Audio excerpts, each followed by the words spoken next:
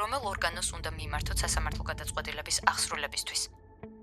თუ სასამართლომ თქვენი მოთხოვნა დააკმაყოფილა და მატერიალური ან მორალური ზიანის ანაზღაურება ან რაიმე ტიპის ქმედების შესრულება მოპასუხე მხარეს დაეკისრა, გადაწყვეტილების აღსრულებისთვის სასამართლო გადაწყვეტილების დამოწმებული ასლი და საახსრულებო ფურცლის დედანი უნდა წარუდგინოთ აღსრულების ეროვნულ ბიუროს.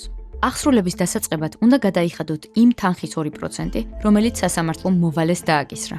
აღსრულების დასრულების შემდეგ ამ თანხას მოვალე გადაიხდის და თქვენ მიერ წინასწარ გადახდილი საფასური დაგიბრუნდებათ. ზოგიერთი კატეგორიის საქმეებში კრედიტორი თავისუფლდება წინასწარი საფასურის გადახდის ვალდებულებისგან.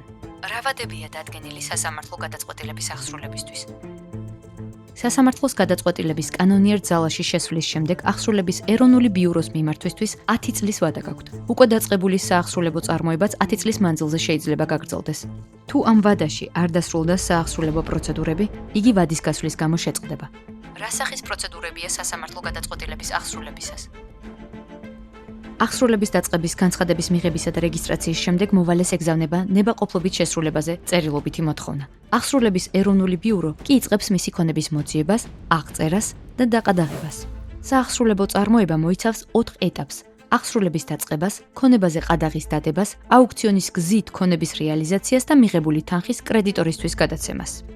რა ხდება თუ სასამართლო გადაწყვეტილება არ სრულდება? ძალაში შესული სასამართლო გადაწყვეტილების განზრახ შეუსრულებლობა ან და მისი შესრულებისთვის ხელი შეშლა, სისხლის სამართლის დანაშაულია და სასჯელის სახით ითვალისწინებს ჯარიმას, ან 80-დან 240 საათამდე საზოგადოებისთვის სასარგებლო შრომას, ან და 1-დან 2 წლამდე თავისუფლების აღკვეთას.